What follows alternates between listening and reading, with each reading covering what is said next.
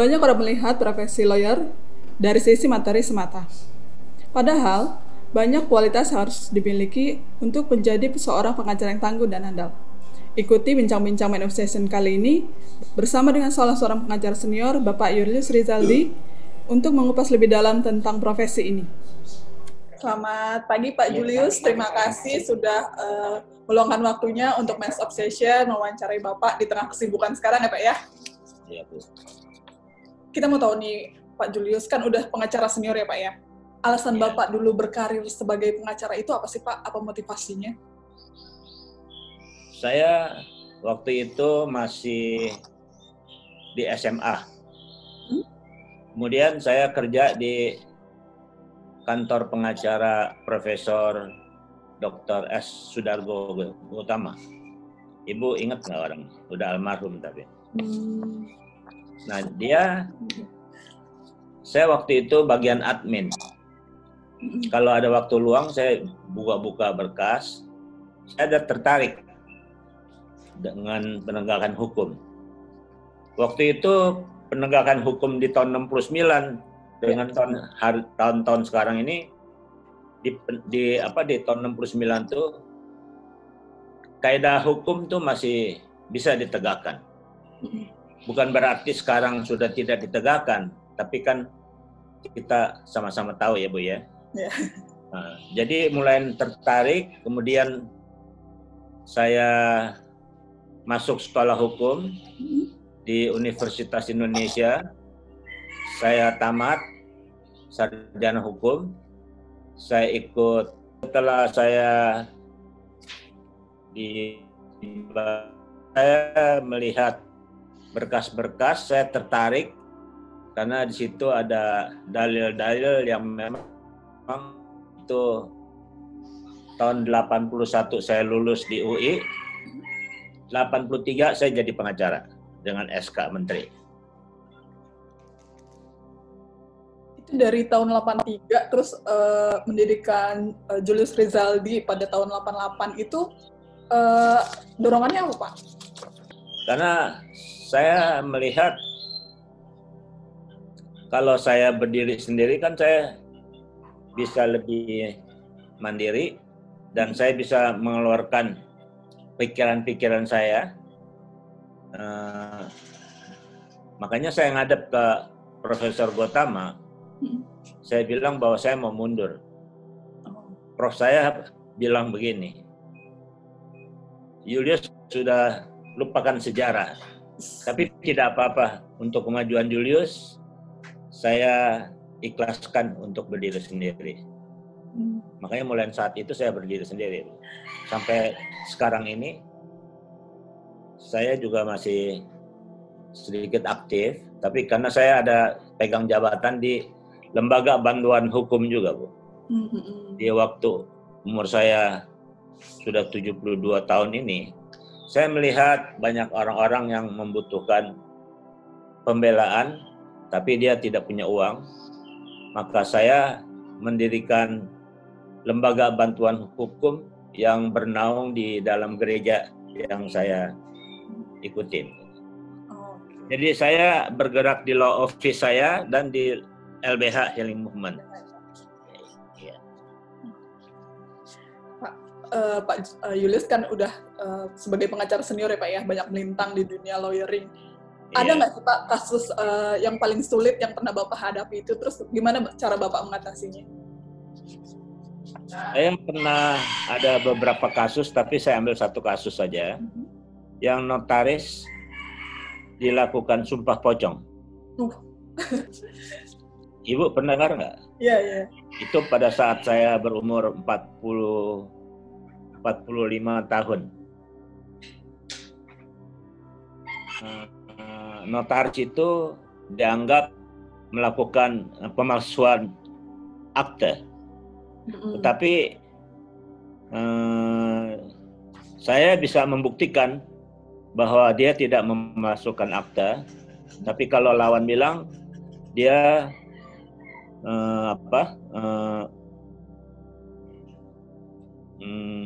mengetik dulu dan dulu baru diketik gitu. Ya. Nah itu dituduh di situ. Jadi menerangkan pencabutan sebagai ahli waris gitu. Dia tidak mau menerima warisan gitu. Jadi dia bikin surat pernyataan. Katanya itu ditanda ketik isinya. Jadi isinya diketahui. Makanya dilakukanlah sumpah pocong. Saya keberatan. Saya melakukan protes ke MUI, Majelis Ulama Indonesia, karena di dalam hukum manapun tidak ada dikenal sumpah pocong. Yang ada adalah sumpah pemutus. Jadi dilakukan di depan masjid dengan mukena dan dengan separuh jilbab, hijab ya Bu ya. Iya betul. Nah dia melafazkan sumpah. Kalau dia tidak benar, maka dia mendapat laknat baik di dunia maupun di akhirat. Dia melafazkan sumpah itu, kemudian diputus oleh hakim, perkara saya menang. Kemudian sampai pengadilan tinggi maupun Mahkamah Agung semua menguatkan. Itu yang masih ada kesan sampai sekarang itu. Agak unik soalnya Pak ya. Iya. Kalau tadi kan kesuksesan yang paling dikenang ya Pak ya, yang paling diingat. Ya. Kalau kegagalan Pak, ada nggak gagal menangani kasus gitu? Banyak Bu. Salah satunya Pak yang paling berkesan? Salah satunya saya perkara merek. Ada merek A dan merek B yang mempunyai persamaan pada pokoknya. Kemudian saya sudah menguraikan dalil-dalil saya, tapi hakim menolak. Kemudian klien saya bilang, nggak apa-apa Pak, tahu Bapak sudah membuat satu argumentasi yang benar, tapi kalah ya nggak apa-apa, kita kasasi aja gitu. Karena dalam perkara merek tidak ada banding, langsung kasasi. Jadi kliennya yang bikin semangat saya bahwa kalah, biarin kita naik kasasi aja gitu. Kemudian di dalam tingkat kasasi saya menang Bu. Oh, setelah kasasi. Karena kaidah hukumnya bagus dan baik gitu. Kebetulan saya di dalam S3 saya dokter, saya lulus di Unpad Bu. S3 saya. Itu saya ambil tentang kemasan produk merek terkenal yang ditiru oleh peniru, pemalsu merek. Jadi sekarang tuh bukannya merek top yang dipalsukan, kemasannya palsukan. Nah, itu yang disertasi saya di situ. Kalau dalam menangani suatu kasus itu, filosofi Bapak apa sih Pak yang diutamakan? Kalau filosofi saya, keadilan itu bisa ditegakkan di dalam orang-orang yang sedang mencari keadilan. Jangan keadilannya itu adalah keadilan yang semu. Saya mau ada kepastian hukum. Gitu. Ya. Yang diperjuangkan setiap lawyer ya Pak ya? Iya. Sebagai founder Julius Rizaldi Law Firm ya Pak? Ya. Sekarang kan hendak diberikan estafetnya kepada putra Bapak ya, Pak Ardian ya Pak ya? Iya betul. Seperti apa sih Pak leadership yang Bapak tanamkan ke Pak Ardian untuk meneruskan tongkat estafet ini? Sama seperti saya mutunya. Jujur, dapat dipercaya, bertanggung jawab, tidak ke kiri ke kanan, kita lurus berdasarkan hukum dan keadilan. Dan dia pun sekarang sudah juga banyak di organisasi, Bu. Dia sebagai kurator, dia sebagai salah satu di organisasi kita di Pradi yang pimpinan ketua umumnya Fauji Hasibuan. Tiga-tiganya lawyer, Bu. Semuanya di law firm Bapak? Bukan. Jadi yang satu lawyernya udah di alam baka. Dia sudah meninggal. Yang kedua bersama saya. Yang ketiga dia berdiri sendiri dengan istrinya. Oh, oke. Ingin mandiri juga ya Pak ya? Pengacara itu profesi yang bisa dibilang menyita waktu ya Pak ya? Itu gimana bagi waktu keluarga itu, Pak? Kalau setelah saya umur 72 ini, ya saya lebih banyak ada di rumah, Bu. Apalagi di dalam COVID-19 ini. Semua di rumah ada, Pak. Udah hampir 3 bulan lebih saya nggak keluar rumah. Nah, kalau mungkin juga ada baiknya, ada manfaatnya buat saya, jadi saya lebih mendekatkan diri kepada yang di atas, Bu. Ada sisi positifnya, Pak, ya? Ada sisi positifnya. Dan dengan keluarga juga bisa lebih intim, lebih dekat, gitu. Kalau untuk tips bagi generasi muda nih, Pak, yang ingin terjun ke dunia hukum sebagai pengacara, ada nggak sih, Pak? Tipsnya apa aja gitu? Jadi, kuasai hukum, sering membaca buku-buku tentang textbook tentang hukum, karena saya lihat kelemahan pengacara muda sekarang jarang membaca textbook. Makanya buku-buku tentang hukum dan buku-buku yang lain pun udah susah lakunya, Bu. Karena orang bergeraknya melihat YouTube atau Google. Digital semua ya, Pak, ya? Ya, jadi tapi kalau dengan YouTube dan Google saya lihat kurang mendasar. Ya, betul. Hanya pointer-pointernya aja yang disebut, yang dikasih. Tapi dasar-dasar pijakannya, filosofinya itu kurang. Jadi rasanya sih kalau saya kan juga salah satu yang mengajar. Saya tanamkan bahwa textbook itu harus juga dikuasai. Seperti hukum perjanjiannya Subekti.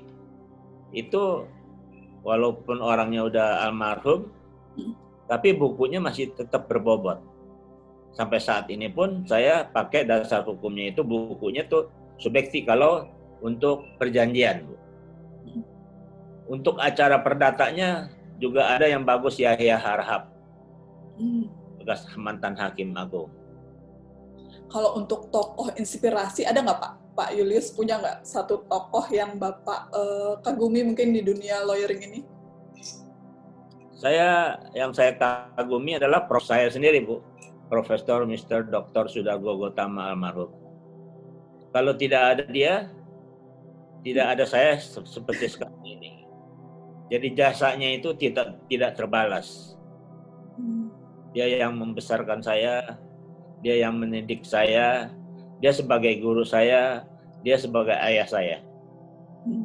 Terus kalau obsesi Bapak nih, Pak, secara pribadi ada nggak sih, Pak, di usia saat ini yang belum tercapai atau kedepannya itu ada harapan tertentu, Pak, yang ingin diwujudkan?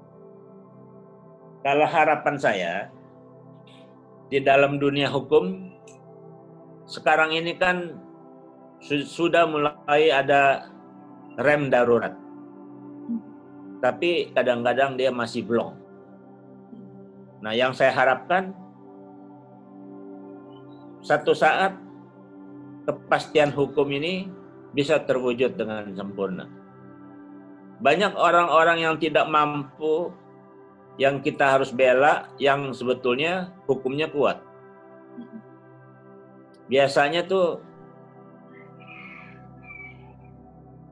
ambil contoh kekerasan dalam rumah tangga, penyerobotan tanah, itu bisa dilakukan dengan sewenang-wenang. Nah, saya bergerak di situ, di LBH itu. Jadi di LBH saya pun banyak yang magang. Jadi saya sambil mendidik mereka, kemudian mereka sekarang sudah menguasai, sedikit bisa menguasai dan bisa berperkara di pengadilan. Kita sering mendengar bahwa tugas mempertahankan itu jauh lebih sulit dibandingkan membangun. Itu pula yang dihadapi oleh Ardian Rizaldi sebagai penerus tongkat estafet Julius Rizaldi and Partner. Tadi sudah berbincang-bincang dengan Pak Julius. Pertanyaan nih, Pak, Ada ini nggak sih Pak unsur arahan dari orang tua untuk mengikuti jejak Pak Julius sendiri jadi sebagai lawyer? Kalau dari orang tua sih nggak ada arahan, cuman kita yang melihat gitu kan, kok ngelihat orang tua seru gitu ya, lihat di hukum ya, hukum gitu kan. Jadi ada tertarik juga saya jadi masuk ke hukum juga gitu. Tapi kalau orang tua untuk memaksa mengarah enggak gitu. Pure dari keinginan saya aja gitu, memang mau masuk ke hukum. Kita adu argumen di pengadilan, baik jawaban, gugatan atau seperti itu gitu kan, pembuktian gitu, baik di perdata maupun pidana gitu loh.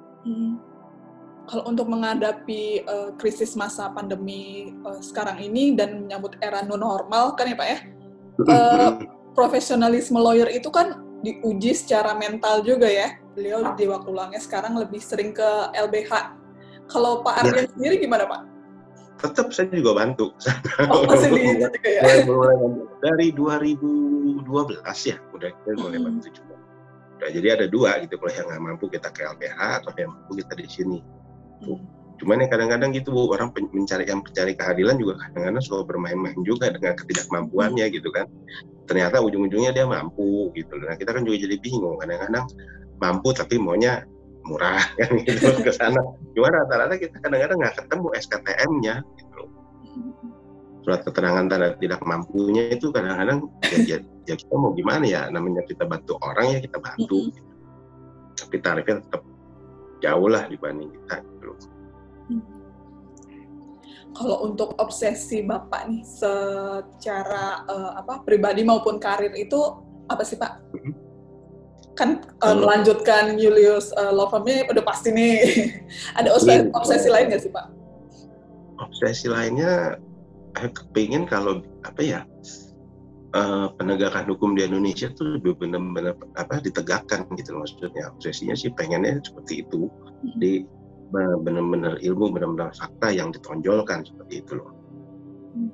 Kadang-kadang kan kita kok bisa begini, kok bisa begitu ya. Tapi kan kita nggak bisa lepas juga bahwa hakim itu kan juga seorang manusia ya, kalau bisa luput dengan kesalahan kan ya. Cuman kalau kita nggak puas, pasti jawaban majelis hakim jawabnya pasti ya kalau memang tidak puas ada upaya hukum lain, silakan aja mengajukan upaya hukum lain kan gitu. Dan kita juga kan memang kita harus hormati hukum kan gitu loh.